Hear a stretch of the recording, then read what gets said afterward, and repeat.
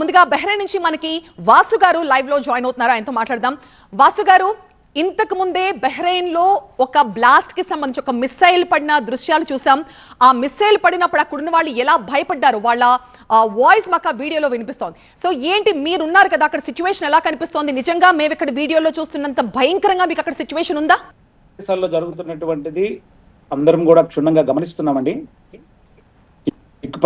నా వాయిస్ వినపడుతుందండి మీకు? ఎస్, వినిపిస్తోంది, చెప్పండి, గట్టిగా చెప్పండి.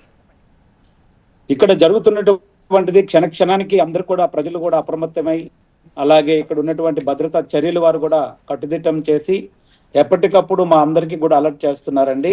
పానిక్ అయ్యే సిచ్యువేషన్ లేదని చెప్తూ వస్తున్నారు. అలాగే ఎమర్జెన్సీ రెస్పాన్స్ టీములు కూడా స్టాండ్ బైలో ఉండి ఎప్పటికప్పుడు గమనిస్తూ మాకు ముందుకి నడిపించటం జరుగుతుంది. ఇలా ఉంది అండి సిచ్యువేషన్ ప్రస్తుతం. సో మీకు ఎలాంటి అలర్ట్స్ వస్తూ ఉంటాయండి? ఎలాంటి అలర్ట్ మెసేజెస్ వస్తూ ఉంటాయి? అంటే సైరన్లు మోగుతున్నాయా, మీ ఫోన్లకి అలర్ట్ మెసేజ్లు వస్తున్నాయా? ఎలా అలర్ట్ చేస్తారు మిమ్మల్ని సమయానికి?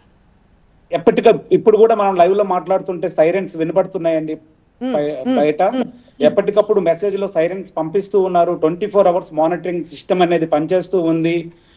ప్రతి దీనికి కూడా సోషల్ మీడియాలో కానీ, ప్రభుత్వ అధికారిక వెబ్సైట్స్ లో కానీ మనకి అలర్ట్ చేస్తూ ఉన్నారు. ఇప్పుడు కూడా మీకు వినపడుతుందా? సైరన్ మోగుతుంది ఇక్కడ. ఓకే.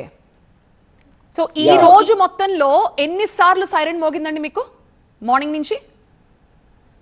ఉదయం నుంచి ఇప్పటి వరకు 4వ సారి మోగింది. ఉదయం బ్లాస్ట్ చేశారు, తర్వాత మళ్ళీ ఇప్పుడు కూడా కంటిన్యూ అవుతుంది.